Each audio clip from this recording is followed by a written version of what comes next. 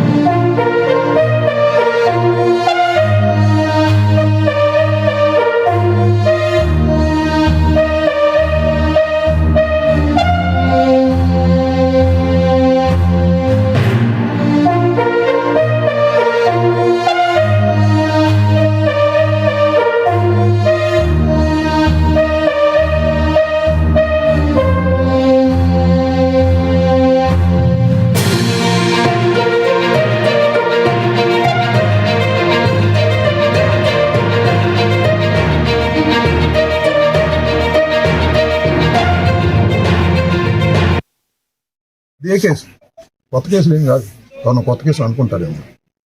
అలా చేయకూడదు. ఏదో నన్ను అరెస్ట్ చేయాలని, భయపెట్టాలని పోలీసు వారు చంద్రబాబు లోకేష్ ఒత్తిడితో చేస్తున్నారనేది నా అభియోగం. చూద్దాం, ఇవాళ విచారణకు హాజరైన తర్వాత బయటకు వస్తే మళ్ళీ నేను అవి డీటెయిల్గా మీతో మాట్లాడు పెట్టారో అదే కేసు, కొత్త కేసులు ఏం కాదు, తను కొత్త కేసు అనుకుంటారేమో. అలా చేయకూడదు. ఏదో నన్ను అరెస్ట్ చేయాలని, భయపెట్టాలని పోలీసు వారు చంద్రబాబు లోకేష్ ఒత్తిడితో చేస్తున్నారనేది నా అభియోగం. చూద్దాం, ఇవాళ విచారణకు హాజరైన తర్వాత బయటకు వస్తే మళ్ళీ నేను అవి డీటెయిల్గా మీతో మాట్లాడు పెట్టారో అదే కేసు, కొత్త కేసులు ఏం కాదు, తను కొత్త కేసు అనుకుంటారేమో. అలా చేయకూడదు.